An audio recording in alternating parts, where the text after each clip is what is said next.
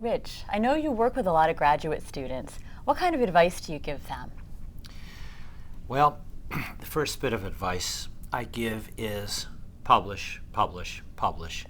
It's a highly competitive job market now. And if you hope to get a good job in sociology, especially a job at a Research One university, although not everyone can get a job there, it's important to have a professional profile before you go on the market, which means parts of your dissertation research, chapters you should publish, and of course it takes a while to get turned around, a rejection, or revise and resubmit, so become familiar with all of that. So that's one thing, and of course work with your faculty advisors. Co-authoring a piece is fine, a sole author is better.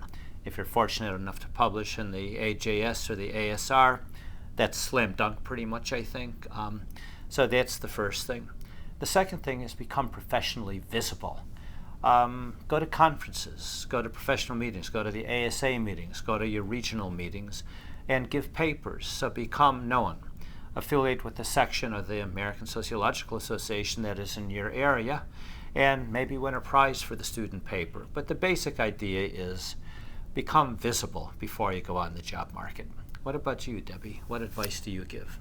I agree with both of those. Productivity and visibility are two very important things. I also try to give them advice about motivation, and I underscore to them that our job is a hard job. Our expectation is to produce and write constantly, and the people who do that best are those who truly love their research. And so I tell them honestly, if it's hard for you to get up and go to your computer and write and do research without your advisor breathing down your neck, then maybe there's going to be another career that's easier or a better fit for you.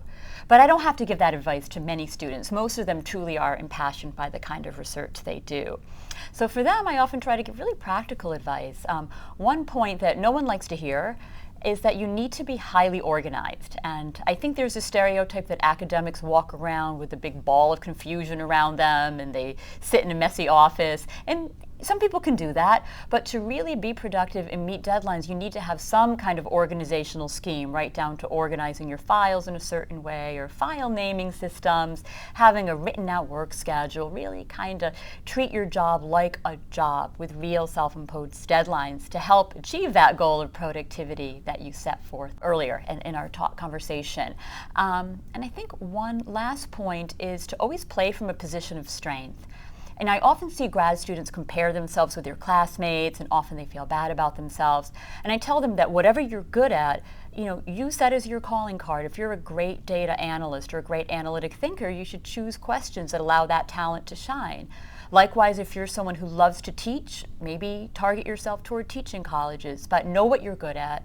Try to beef up those areas where you're less good, but try to find an environment that's the best fit for your talents and interests. Right, I totally agree. You have to know yourself, find out what your passion is, and follow it. And I'll give one other piece of advice.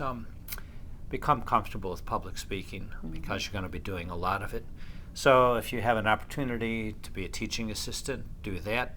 In some departments, once you've gotten past the master's phase, once you're admitted to candidacy, you may become an associate and teach a course occasionally.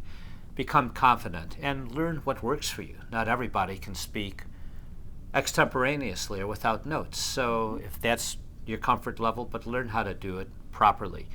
And one final bit of advice, if you use PowerPoint, do not read your PowerPoint. Use images, but don't look up at the screen and read off the screen. Be comfortable. That's important. Show yourself.